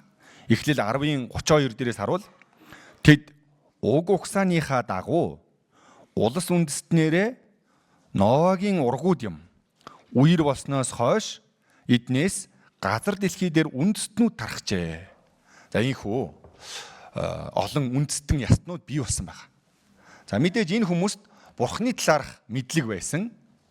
Гэтэ цаг хугацаа өнгөрөнгөө юу болсон бэ гэхээр хүмүүс Бурхныг мартаж өөр шашин, өөр улсуудыг бий болгон зам замаараа явсан гэж гарч байгаа. За тэр үед нь ч гэсэн Бурхан хүн төрлөختн рүү төлөвлөгөө боловсруулсаар л байсан. Дуулал 14-ийн 2-3 дугаар ишлэгийг хамтдаа уншийе. Тэнгэрээс эзэн хүний хөвгүүдийг өнгийн харсан. Ухаардаг Бурхныг эрен хайдаг хүн байгаа эсхийг харахын тулд аж. Тэд төөрөлдөн явж бүгд адилхан завхарцгаасан. Сайныг үлддэг хүн алга ганц чалгаа гэсэн байна. Бабел цамхгийн үйл явдлын дараа олон үндэстнүүд бий болсон. Бүгд Бурхныг орхиод явсан байна. Тэр үед нь Бурхан Тэнгэрээс хүний өвгүүдийг өнгийн харсан гэж байна. За ухаардаг Бурхныг эрен хайдаг хүн байгаа эсхийг харахын тулд тийм хүн ганц ч байгаагүй гэсэн байна. Тэр үед нь Бурхан юу хийсэн бэ гэхээр өөрийгөө гэрчлэхийн тулд нэгэн улсыг сонгосон талаар гарч байгаа. За бүгдээ энэ Бабел цамхагтай холбоотой нэг бичлэг үзээд энэ агуулга руу оръё. Бабел цамхгийн үйл явдал үнэн үү? Мөн хэл судлал ба Бабел цамхгийн уул мөртэй холбоотой нэг бичлэгийг үздэцгээе. За энэ дээр Библийн эхлэг номд гардаг Бабел цамхаг. Түүхэнд их үер гэж нэрлэгдсэн усан галав юусны дараа Шинарын хөндөдөө суурсан Новогийн үр ач нар барьсан Бабел цамхгийн оройн тэнгэрт дулам маш өндөр байсан гэж бичигджээ. Библиэд дэх Бабел цамхгийн тухай яриа шашны шинжтэй домог төдий зүйл үү? Түүх судлаач Эрнест Бэклэн Бабел цамхгийн тухай яриа баг багаар өөрчлөгдөн ам дамжин явсаар дэлхийн өнцөг болон бүрт хүрсэн. Эхлэл 11-р бүлэгт бичигдсэн энэ яриа байдгал нэг шашинлаг домог биш, түүхэн явдал гэж үзжээ. 단순한 종교적 신화가 아닌 역사적 사실이라고 주장했다. Хэрв домог яриа байгаад ам дамжсаар ирсэн юм бол шашин болон хэл яриа өөр олон янзын үндэстэн төстэй аман яриа дамжин ирэх үндэсгүй. Тэгвэл бүгд л нэг хэлтэй байсан хүн төрлөختөн олон үндэстэн болон хуваагдаж олон хэлээр ярих болсон бэрхшээл. Үнэхээр хэлээ ойлголцоо байсан энэ хүндрэл Бабел цамхгийн уршигаас үүдэлтэй юу? Орчин үеийн судлаачдын байр суурь. Бүх үндэстэн угтаа нэг үндэстнээс ихтэй. Олон янзын хэлнээс төстэй эсвэл ижил дуудлагатай ус олныг олж болно. Түүхч Жорж Стейнер аялгын төсөө номд Анхнаасаа нэг байсан хэл гутгалдан улмаар таарж будирцгаан олон янзын хэлтэй болсон гэжээ. Энэ бол хүн төрлөختөн нэг хэлээр ярьдаг байсан гэсэн Библийн бичээс үнэн болохын нотолгоог баталсан хэрэг юм. Бас зарим хэл судлаачдын хэлж байгаагаар адил төрлийн хэл авч эртний бичээсүүд нь тайлгад дэндүү хэцүү байдаг байна. Өөрөөр хэлбэл эртний хятад хэл одоогийн хятад хэлтэй харьцуулахад илүү хэцүү, орчин үеийн грек хэлнээс эртний грек хэл нь хэцүү байдаг гэсэн үг юм. Бабель самбах нь үнэхээр боддоор оршиж байсан байгууламж юу? Небукаднезар хаан эртний Вавилоны сүргүүчийг харуулахын тулд Бабель самбахыг анхных шиг нь барьж байжээ. 1913 онд Германы археологч Колдбар нэгэн зүйлийг илрүүлжээ. Энэ археологчийн хувьд эртний Вавилоноор баримжаалж Иракийн нийслэл Багдадад судалгаа хийжээ. Судалгаа хийх явцдаа манай эртний өмнөх 229 онд сийлэгдсэн чулуун хавтанг малталгаар болов. Чулуун хавтан дээр бичээс Небукаднезар хаан эртний Бабель самбахын суурин дээр шинэ Бабель самбахыг барихаар болсон гэсэн байжээ. Олон судлаач археологч Бабель самбахын тухай энэхүү мэдээллүүд бодит бөгөөд энэ самбахыг бол зохиомол байгууламж биш бодиттой байсан гэдэг нь ноцтой юм гэжээ.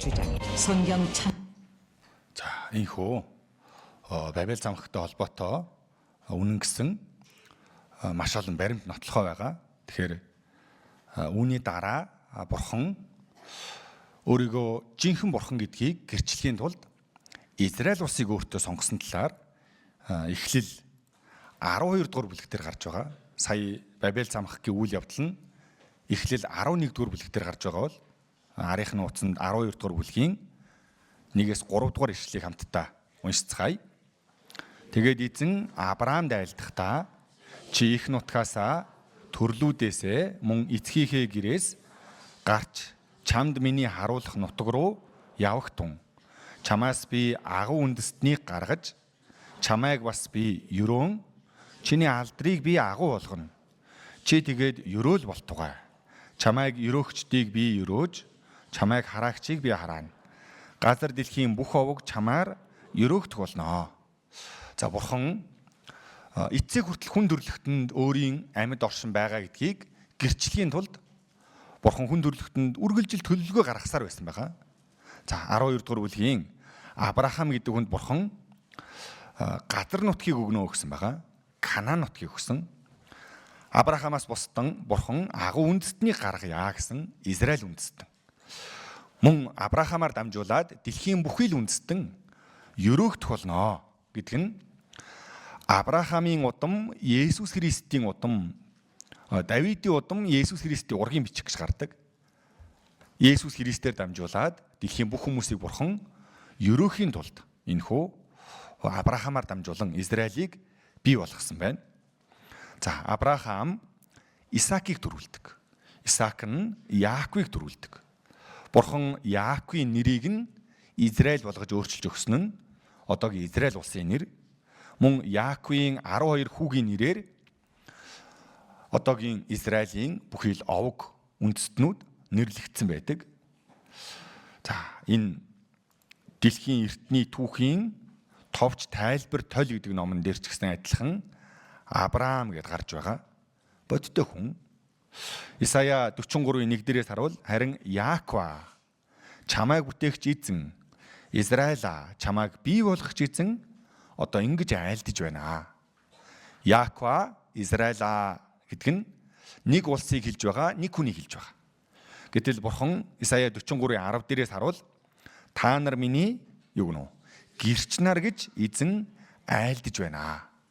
Бурхан өөрийгөө ямар нэгэн бэ гэдгийг бүхий л хүндрэлтэнд илчлэхийн тулд ойлгуулахын тулд Израилийг өөрийн гэрч болгон сонгосон гэсэн үг.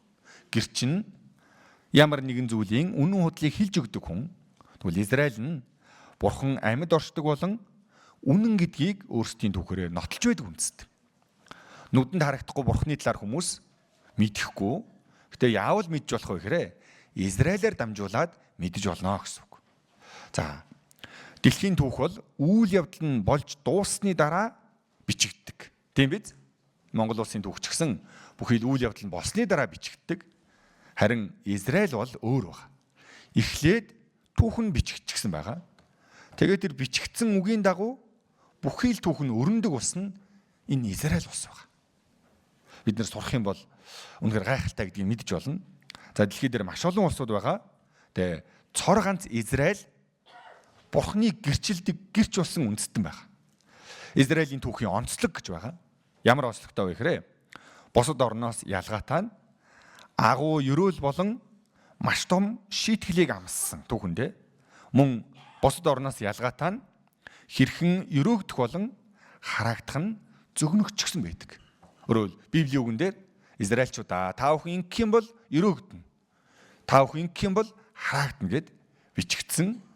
Яг тэр бичгсний дагуу түүхэн араас нь биелээд явдаг ус байна. За Бурхан Израилийг сонгосон шалтгаан байна. Бурханыг гэрчлэхийн тулд Библийг бичүүлэхийн тулд Есүс Христ махан биеэрээ Израилаас гаралтай мөн Израиль үндэстний онцлог гэж байна. Дэлхийн хамгийн жижигхэн үндэст. Мөн дэлхийн хамгийн ухаантай, дэлхий дээрх хамгийн мөнгө их олдог баян, дэлхийн төвд оршдог. Газар зүүн байршил нь Израильчууд өөрсдөө нутаглах газраа хайж олсон юм биш. Бурхан Израилийн ард түмнийг өдөр нь үүлэн багнаар, шөнө галан багнаар дагуулж аваачаад суулгасан газар нь дэлхийн төвд байна. Яагаад гэвэл дэлхийн бүх үндэстнүүд Израилийг хараад Израилийн цаана ажиллаж байгаа жинхэнэ Бурханыг мэдэж аваасай гэсэнд. Дээрээс нь өөрсдийнхөө түүхээр дэлхийн бүхий л үндэстнүүдэд мөн надад бидний хүн тус бүрд Бурхан ямар нэгэн бэ? Бид бүхэн яавал болох уу? Яавал болохгүй вэ гэдэг сургамжийг өгдөг. Бурханыг гэрчилдэг юм болсон байна. За хараарай. Төвд байгаа үстэй. Дэлхийн бөмбөрцгийн яг гол донд нь байна. Монгол улсынд байна. Израилийг хараад Бурхан ямар нэгэн бэ гэдгийг мэдүүлэх зорилготой Ром 3:29-ыг уншия. Тэгвэл Бурхан зөвхөн юудэчүүдийнх гэж үү? Тэр мөн бусад үндэстнийх биш гэж үү? Тийм ээ. Тэр бас бусад үндэстнийх ч мөн. За, Израилийн Бурхан, Израилийн талаар яриад эхлэх юм бол анхудаа сонсож байгаа хүмүүс Израиль гэдэг улсын л Бурхан юм байна гэж буруу ойлгодог. Библиэлд хэлсэн тэр зөвхөн юудэчүүдийнх гэж үү? Мөн бусад үндэстнийх биш гэж үү? Тийм ээ. Тэр бас бусад үндэстнийх ч мөн. Цорын ганц үнэн Бурхан, бүх хүмүүсийн Бурхан, бүх үндэстний Бурхан. Тэгвэл энд гарч байгаа бусад үндэстэн дотор Монгол улс бид бүхэн орохгүй юу? Орно. Тийм биз дээ. Тэгвэл энэ юу гэж уншвал болох вэ? Монголчуудынх ч бас мөн тэгж уншвал болно. Бидний хүн тус бүрийн Бурхан. За дээрэс нь Израиль их алдартай. За энэ Дейл гэдэг компьютерийг үйлдвэрлэсэн энэ Михаил Дейл, Майкл Дейл энэ бас Израиль хүн, мөн еврей хүн ч гэж ярьдаг. За бид нэр компьютерийг асаах юм бол энд байдаг хэрэгслийн мөр энэ үгдийг зохион бүтээсэн Билл Гейтс ч гэсэн еврей хүн. Бидний хамгийн хэрэгэлдэг Facebook-ийг зохион бүтээсэн Марк Цукерберг ч гэсэн еврей хүн байна. Мөн дэлхийн олон үндэстнүүд еврей хар хайрцагтны нууц, еврей хүмүүсийн боловсрал амжилтын нууц гэдэл. Яагаад энэ өчүүхэн Израиль үндэстэн бүхий л талаараа цойлсон ингэж их амжилттай, ингэж их мөнгө олдго юм болоо. Эднэрээс жоохон суралцъя гэд анхаарлаа хандуулдаг гэсэн үг. За. Гэтэл энэ Израиль түүхэндээ Яаковын энэ 12 хүүгийн нэг нь Йосефийн амьдарч байсан цаг үед ах нар нь энэ Йосефийг Египт рүү боолуулган худалдаг. Харах юм бол энэ Йосеф нь бусад ах нараасаа өөр хувцастай байгаа. 11 дахь хүн байгаа. Йосеф Египтэд очоод Египтийн захирагчаар одоо амьдарч байх үед ойрхон дорндод өлсгөлэн болоод Израилийн үр удам бүгдээрээ Египтэд ирж суурьшсан түүх гардаг. Мэдээж Йосефийг Египтийн захирагч байх үед Израильчууд бүгдээрээ сайхан амьдарч байсан байж таарна. Гэтэл цаг хугацаа өнгөрөнгөө Йосеф өөд болдог. Израильчууд ч гэсэн маш олон болдог. Гэтэл нэг өдөр Египтийн фараон улс орныхоо байр байдлыг харсан чинь гарцаагүй Египт улс хэрнээ Израильчууд дэндүү олон байсан байна. Тэр үед фараон энэ израильчуудад нарийн ухаанаар хандахгүй болохгүй нэ. Эстигээс дайн гарах юм бол энэ израильчууд манай дайснуудтай нэг тал болоод тэмцэх юм бол бид нэр дарж чадхааргүй байдалд орж магадгүй гэж үзээд Египтэд амьдарч байсан израильчуудыг фараон нэг өдрийн өглөө бүгдийг нь боол болгочдөг. Боол. Ийхүү Израилийн ард түмэн түүхэндээ Египтэд 430 жилийн боолчлыг өнгөрүүлсэн түүх гардаг. Гэтэл энэ түүхэнд харах юм бол Египтийн пирамид байдаг тийм биз? Энийг хэн барьсан болоо? Тодорхой мэдэхгүй ч гэсэн ямар ч байсан энэ үед Израильчууд Египтэд боолчлогдож байсан баг. Гэтэ энэ боолчлол нь цаг өнгөрөнгөө улам хэцүү болсон баг. Тэ зовоод ирэхин цагтаа энэ хүмүүс бурхнаа сандаг баг. Хүн хизээ бурхныг сандаг вэ хэрэг? Бүх зүйл сайхан байх үед хүн бурхныг нэх төдийлөн анхаардаггүй. Тэгээ жоохон хэцүү зүйл тулгараад ирэхдээ хүн бурхныг ирж хайдаг. Гэтэл 2-ын 23-аас 25-ыг уншия. Урт хугацаа өнгөрч Египтийн хаан өөд болов. Израилийн хүүгүүд боолчлоос болж сүрс алдан орилжээ. Боолчлоос болж тусламж гуйсан тэдний хашгираа бурханд хүрлээ. Бурхан тэдний ёолох дууг сонсоод Авраам, Исаак, Яаковтай байгуулсан гэрээгээ санав. Бурхан Израилийн хүүгүүдийг харжээ. Тэгээд бурхан тэдэнд санаа тавив. Израилийн ард түмэн тэр зовлон дундаа бурхан тандан биднийг авраач хэмээн залбирсан байна. Гэтэл бурхан тэдэнд санаа тавьсан, тэдний хашгираа бурханд хүрлээ гэсэн байна. Израилийн ард түмний залбирлыг нь бурхан сонссон байна уу, сонсоогүй байна уу? Сонссон байгаа үстэй. Ийхүү сонсоод бурхан Мосе гэдэг хүнийг дуудаад Израиль руу явуулдаг. Мосег дуудаад. За Мосег Египтийн хаан фараон руу явуулдаг. Фараонд очоод эзэн Мосед фараонд очиж түүнд еврейчүүдийн бурхан эзэн миний ард түмнийг явуул. Тэд надад үйлчлэнэ гэж хэлсэн баг. Энэ үгийг нь сонссон фараон юу гэж хэлсэн бол? Фараон эзэн гэгч хэн болоод Израилийг явуул гэсэн үгийг нь би даах ёстой юм бэ? Би эзнийгч мэдэхгүй, Израилийгч явуулахгүй. Ийхүү фараон бурханд яаж эхэлж гинүү? Тэрсэлж эхэлдэг баг. Гэтэл юу болдог вэ гэхээр Египтийн дээр бурхны 10 гамшиг бууж эхэлдэг. За бурхан 10 нэг дор буулгацсан юм биш. Цуснаас эхлээд нэг нэгээр нь нэмэгдүүлдэг байгаа. Үүндээ 10 хүртэл гамшиг буух шаардлагагүй байсан баг. Яагаад вэ? Фараон тавиад явуулчихсан л бол бурхан дараагийн гамшигуудыг буулгах шаардлагагүй байсан. Тэгээ яагаад 10 хүртэл гамшиг буулгасан бэ гэхээр энэ хүртэл фараон бурханд бууж өгөөгүй гэсэн үг. Дээрээс нь энэ үед юу болсон бэ гэхээр Мосе бурханаас асуудаг. Бурхан би одоо израильчууд дээр очиод бурхан намайг та нар руу явууллаа гэд хэлвэл нөгөө израильчууд чинь миний өдөөс ямар бурхангүй би юугаа ярих юм бэ? Ингэж асуудаг. Өөрөөр хэлбэл израильчууд ч гэсэн өөрсдөө Египтэд 430 жил боолчлогдчихсан болох дээрээ энэ бурханы талаар ямар ч ойлголтгүй бурхан ямар нэгэн бэ гэдгийг израильчууд өөрсдөө хүртэл мэдэхгүй байсан баг.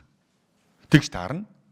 За тэр үед бурхан Мосе бурханаас асуудаг. Түүний нэр хэн бэ гэж асуувал би тэдэнд юу гэж хэлэх вэ гэх үед гэтэл 3:14 дээрээс харуул хамт уншия. Бурхан Мосед би бол би байгаа юм гэв. Тэгээд тэр Израилийн хөвгүүдэд чи би байгаа намайг та нар руу илгээв гэж хэлгээв. Бурхан өөрийгөө юу гэж хэлсэн бэ гэхээр би оршин байгаа. Бурхан байсаарч ирсэн одоо ч гэсэн байгаа, цаашдаа ч гэсэн байгаа. Бурхан байгаа гэдэг өөрийн оршихуйн талаар хэлсэн байна. За энэ 10 гамшигын талаар хамтдаа энэ бичлэгнээс үздэцгээе.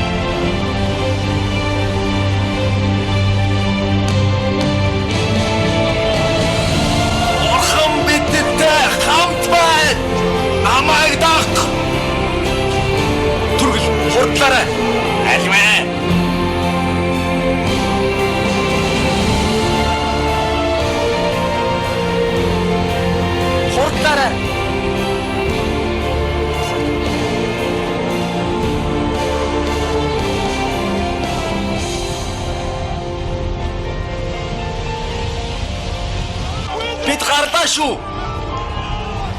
Альвэ. Яваар ах минь.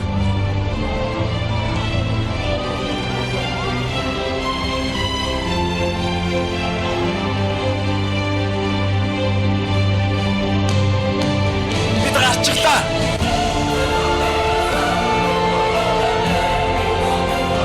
Тэнд байна. Ишэгэ.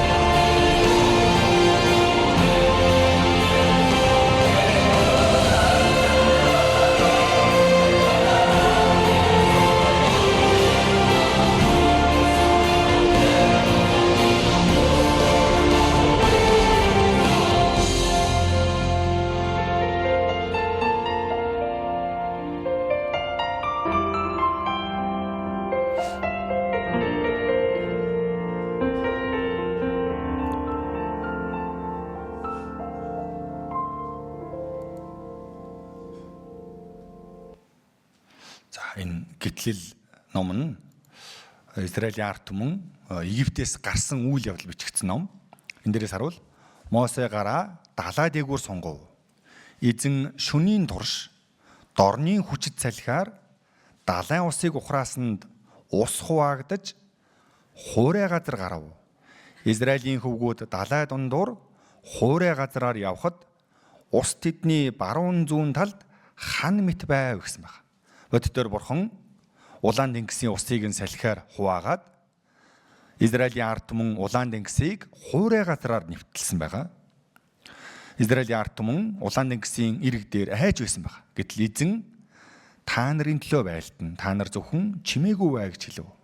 Гэтэл Египтчүүд араас нь хөөж фараоны бүх морд, түүний тэрэгт цэрэг ба морин цэргүүд тэдний араас далай руу оров. Тэрээр зэвсэг тэрэгнүүдийнх нь дугуйг мулталж жолоотоход хэцүү болгов. Египтчүүд Израилаас зүгтцгаая. Учир нь эзэн тэдний төлөө Египтчүүдийн эсрэг тулдаж байна гэцгээв.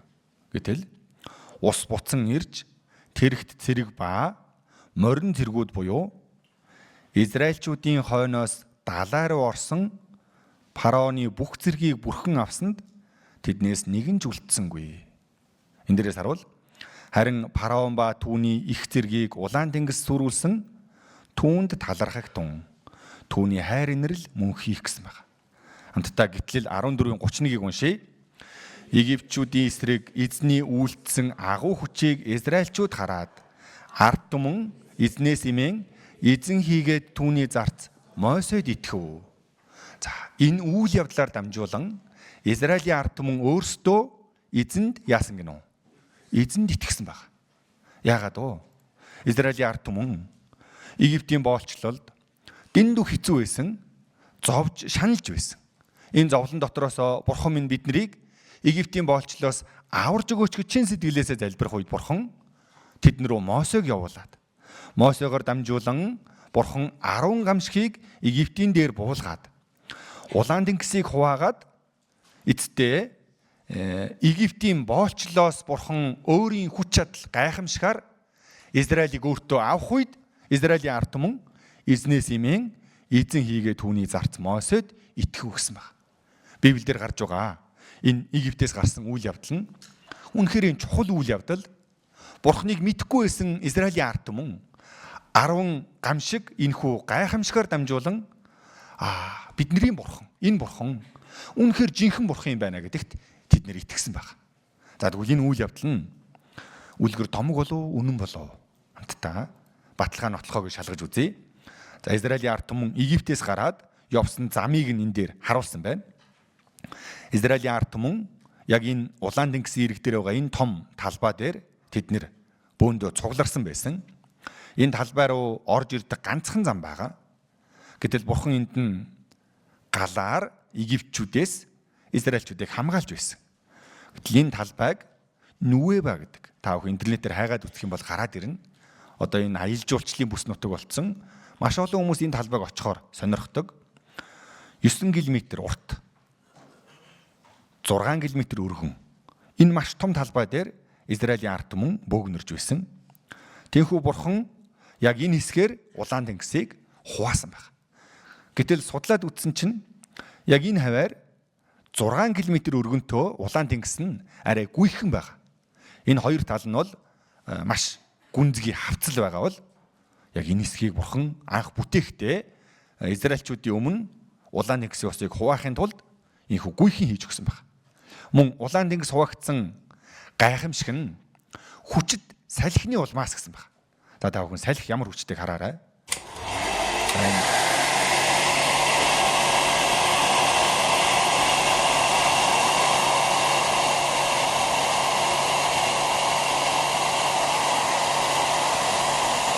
Усны сэнсээр усыг үлээлэхэд ус нь ярагдж байгаа үстэй. 자, энэ хүчтэй салхийг хараарай. 남성 한 명이 강력한 바람을 마주보고 서 있습니다. 중심 잡기가 도통 쉽지 않아 보이죠? 점프를 해볼까요? 강풍을 이기지 못하고 뒤로 넘어집니다.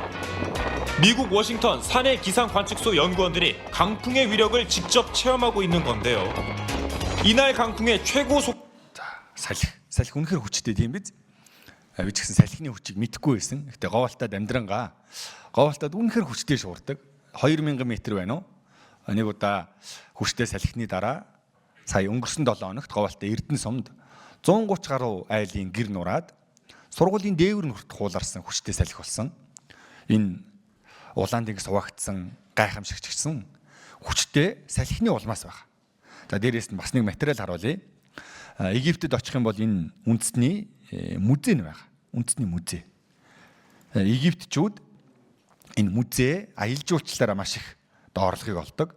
Энэ дээрээс харуул Египт улс эртний 30 мумийг шинээр илрүүлснээ танилцуулжээ гэсэн байна.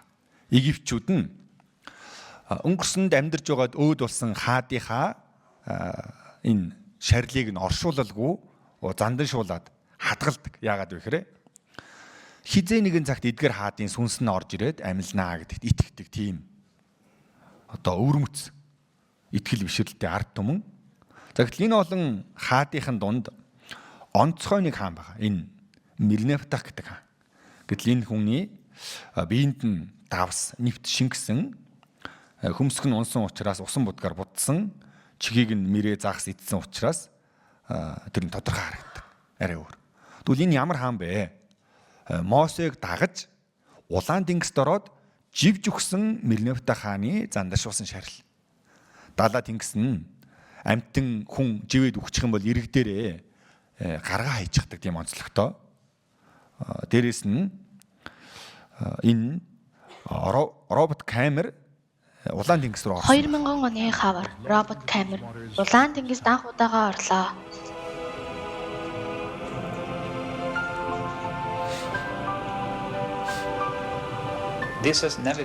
Анх удаа автомат удирдлагатай камер тэр хүн рүү орсон юм.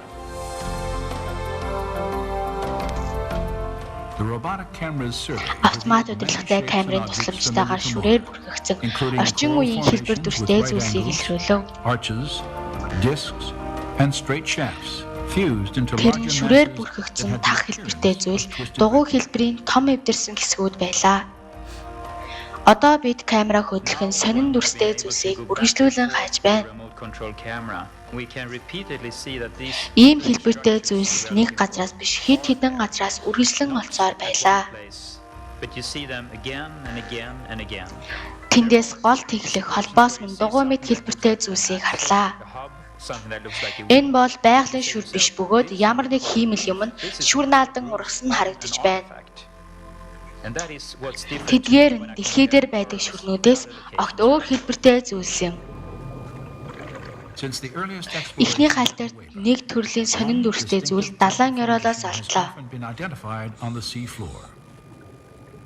Тэр бол босоо модон дээр бөөрхий зүйл тогтсон ширээ хэлбэрийн зүйл байв. A straight shaft and a circular top. Тэр нь 90 градусын тодорхой өнцгтэй буюу дугуйн гол төмөр ба дугуй хоорондын өнцөг байлаа. Та бүхэн ч гэсэн янз бүрийн хэлбэрийн байгалийн шүр ба хүний бүтээсэн зүйлдер ургасан шүрийн ялгааг мэдэх байхаа. And it is like a man-made structure with a coral growth on it.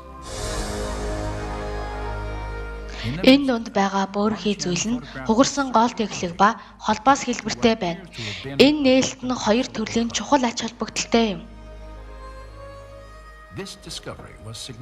Нэг нь эртний Египтэд ийм хэлбэрийн дугуй хийж байсан цаг үе ба Мосе Улаан тэнгисийг гаталсан гэж бодож байсан цаг үеийг тодорхой болгосон бөгөөд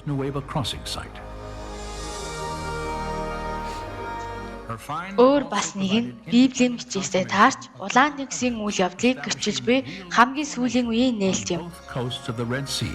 In accordance with descriptions in the biblical record. Эзэн Египтийн цэргүүдийг үзээд тэдний тэрэгний дугуйг мулталж Египтээс гарсан 14.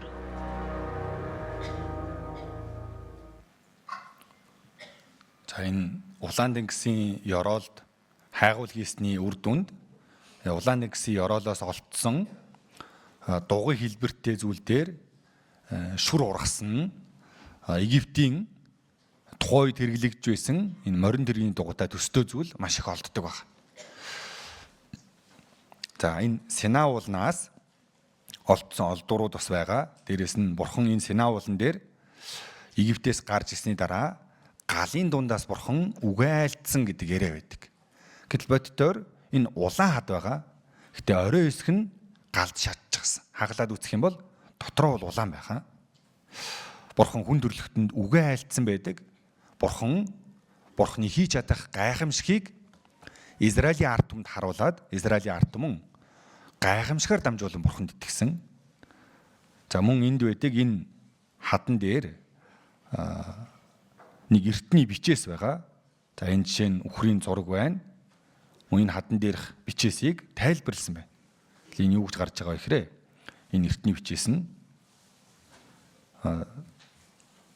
салхилж тэнгис хуваагдаж тэд гатлав гэсэн энэ эртний бичээсийг Улаан тэнгисийн ойролцоо хадан дээр байгаа.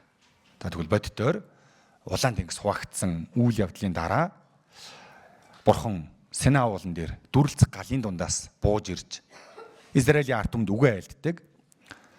Израилийн ард түмэн бурхантай нэгэн гэрээ байгуулдаг. Бурханы үгэнд дуулууртай байвал бурхан ийм ерөөлийг өгнө. Харин дуулуургүй байвал ийм хараал байх болно. За энэ гэрээг байгуулах уу гэхэд Израилийн ард түмэн дуу нэгтээ энэ гэрээг байгуулдаг. Яагаад гэвэл Израилийн ард түмэн энэ 10 гамшигаар дамжуулан бурхан тэднийг аварж өгөөч гэсэн залбирлыг нь сонсоод Египтийн боолчлоос гайхамшиг ба хүчит мотороор аварж өгснийг нь энэ үеийн Израилийн ард түмэн өөрсдөө нүдэрээ хараад итгэсэн байсан баг. Тэр гайхамшигыг хараад эзэн хийгээд түүний зарц Мосед итгэв. Тийм учраас энэ гэрээг Израилийн ард түмэн байгуулдаг. Энэ гэрээний дагуу Израилийн түүхэнд хэрхэн үргэлжилсний бүгдээрээ маргааш сурах болно. Өнөөдөр үнэхээр сайн сонссон учраас ингээд зэгслээ дуусгая. За тэгвэл өнөөдрийн сонссон үгээ бүгдээрээ зэгслэх юм бол 3 төрлийн үйл явдлыг хамтдаа шалгаж үзлээ. Эхнийх нь Библиэлд гарч байгаа их үерийн түүх. Их үерийн түүх үнэн худлаа юу? Энэ үнэн тийм биз? Одоо ч гэсэн Туркийн Арарат ууланд Новогийн барьсан бүхээг мөсөн дотор нь байгаа. Үер бус нь үнэн гэсэн үг.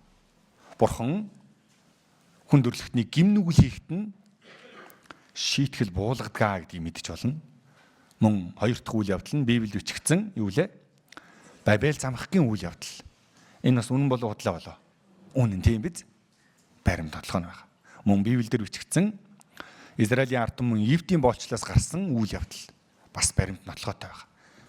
За гэхдээ энэ гурван үйл явдлын нийтлэг нэг тал нь юу вэ гэхээр гуруулаа гимнүгэлтэй холбоотой. Бурхан түүхэнд яаж оролцдог вэ гэхээр хүндрэлтэн гимнүглийн үед бурхан шийтгэл буулгадаг гэсэн.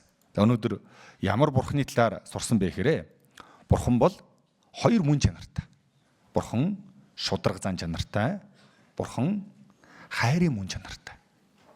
Шударга зан чанар нь гимнүглийн үед нь бурхан шүүлт ба шийтгэл буулгаж байсан. Бурханы хайр нэгүсэл гэдэг нь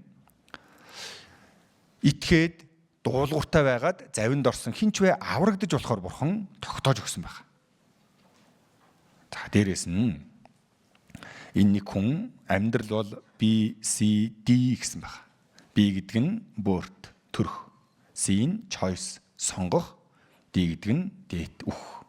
Өөрөөр хэл төрөх үхэхийн хооронд сонголт хийж амьдрдаг гэсэн байна.